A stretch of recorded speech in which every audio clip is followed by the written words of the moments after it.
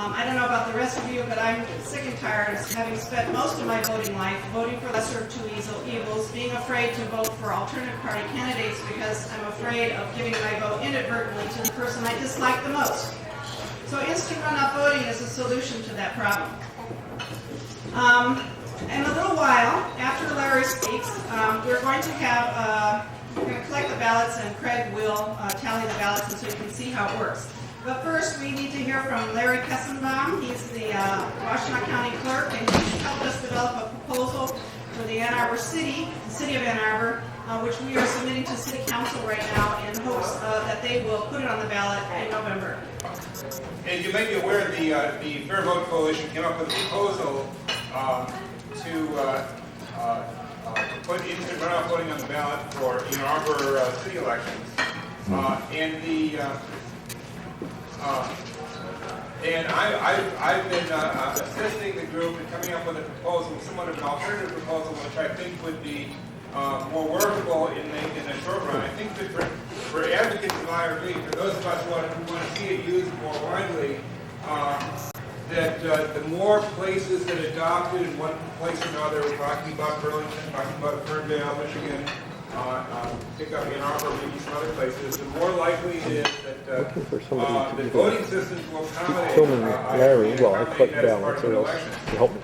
Right now, in Michigan, what we're seeing is that under federal and state laws that have been enacted in the last few years, including the America Vote Act and some of the implementing legislation, the city no longer has the power to choose its own voting equipment. That really has been taken away and given to the state and to the county. And the voting equipment that is currently in use in Ann Arbor and Washtenaw County does not accommodate IRV in any easy electronic way. That if we were to have an election, there wouldn't be a way to put those ranks on the ballot and have the tabulators count the votes and sum them up and have an electronic count on election night. Looking for what they've done in Ferndale, the way they've approached this in Ferndale. Ferndale is a community where there is a lot of enthusiasm for IRV, and so they put it on the ballot. They amended their charter to say Ferndale, City of Ferndale will elect a city council and so on, city officials on IRV. But they're not doing it. They're basically waiting for better voting equipment to come along. Well, if you're not trying to do it, if you're not pushing it along, that voting equipment is not going to come.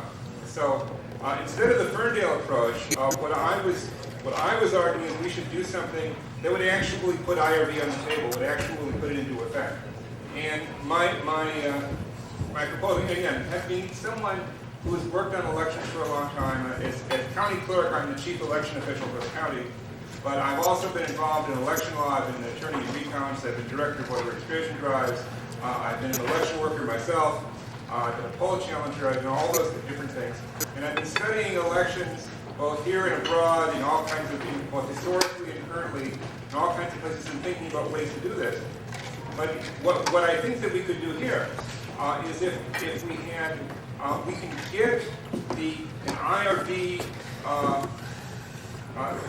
if Ann Arbor were to adopt IRV, we could create a ballot that would fit within the parameters of the current voting system.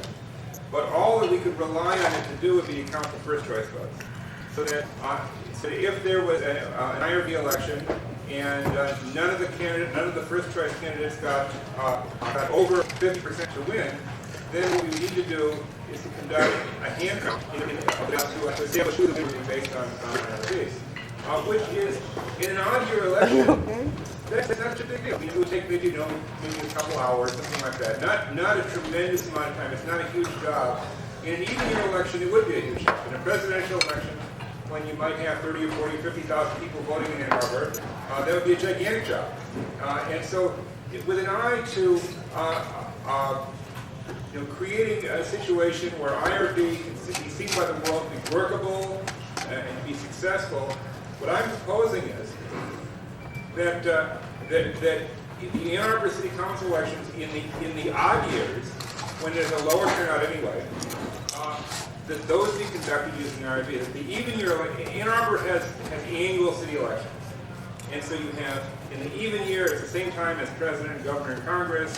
In the odd year, it's basically a city election and nothing else.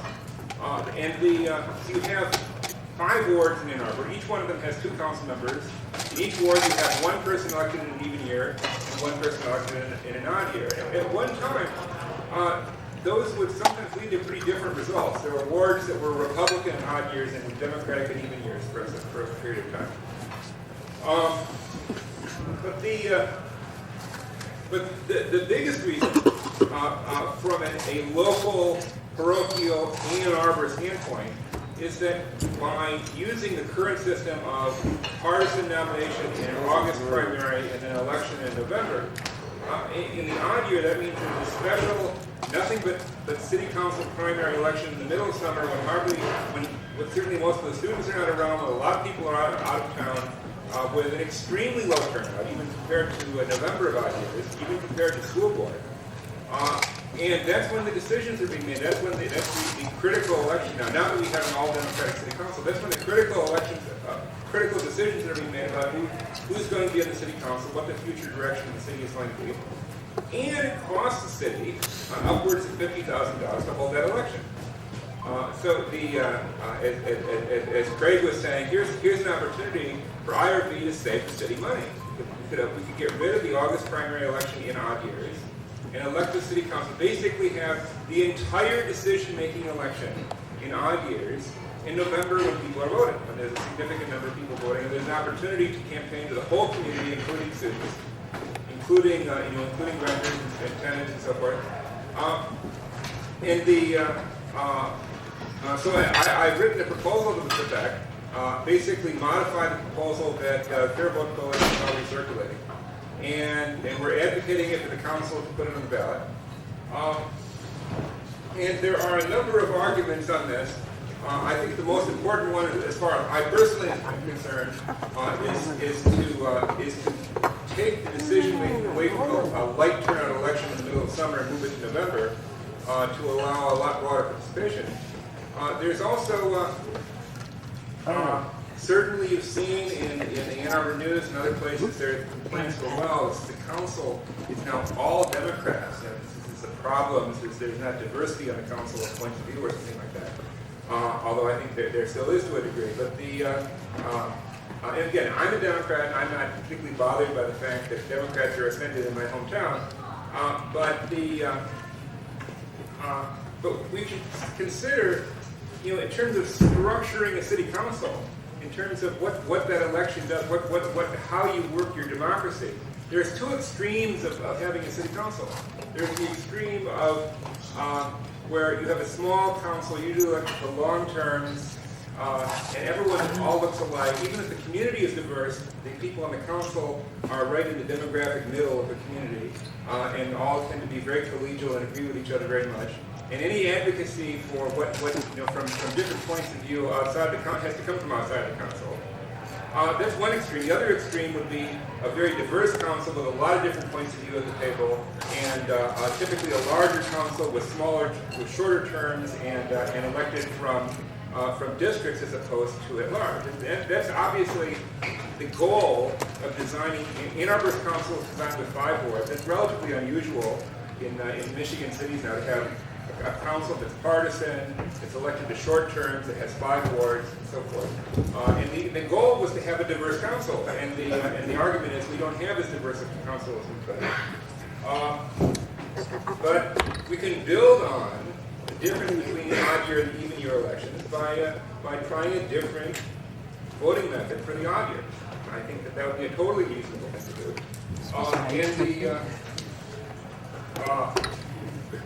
That would make create the opportunity for other voices to be heard, for other ideas to come to the table. And the council not necessarily all be members of a relatively small in group.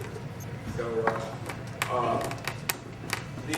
one of the features of the proposal that I wrote, and this is somewhat different from the original Fair Vote proposal, given that in our under decisions in the last 20 years, court decisions in the last 20 years, political parties actually have quite a bit of legal power over how their nominations are used. And so the assumption was going to be that people would file for city council in an IRB situation, and they would label themselves with a party label. And we'd have basically a general election among all these partisan candidates who are all competing against each other. Perhaps you might have 9 Democrats and 3 Republicans and 5 Greens or whatever else, and you have them all running together. That opens the possibility of the system being challenged by the party, saying, that's not our nominee. We demand that our candidates be products of a party caucus or a party primary. And so to take that problem off the table, what I proposed in the version of the proposal that I worked in, I sat down with the Fair Vote Coalition and put it together, was to have the IRB election be nonpartisan. The even year elections would remain partisan, and the odd year elections would be at least on the ballot nonpartisan. Obviously, people can take whatever party position that they like. The argument against it that I've been just hearing in the last few days, some of the city attorney or a couple other people said, well, that means that some of the council, half the council would be elected on a partisan ballot, and the other half would be elected on a nonpartisan ballot. How can you put that together? Well, there's certainly, in Michigan, county boards of supervisors, which are the predecessors to the current Board of Commissioners, were structured exactly that way. The people from townships were elected, were partisan. People from cities were nonpartisan. That was the way it was structured. That was the way it should be. For 100 years in Michigan, that's the way that the boards of supervisors were set up. And so county decision making. Now, of course, these people were not only partisan versus nonpartisan, they were representing different kinds of areas. The partisan folks were typically representing rural townships, and the nonpartisan folks were representing cities. So there were other differences between those two groups, but they were sitting together. They each had one vote on the county's primary legislative body. So that's certainly not something that's unprecedented in Michigan for local government. So I don't think that that's a cogent argument against the proposal. Any questions? Yeah, go ahead. Where can we read what you've written up? It's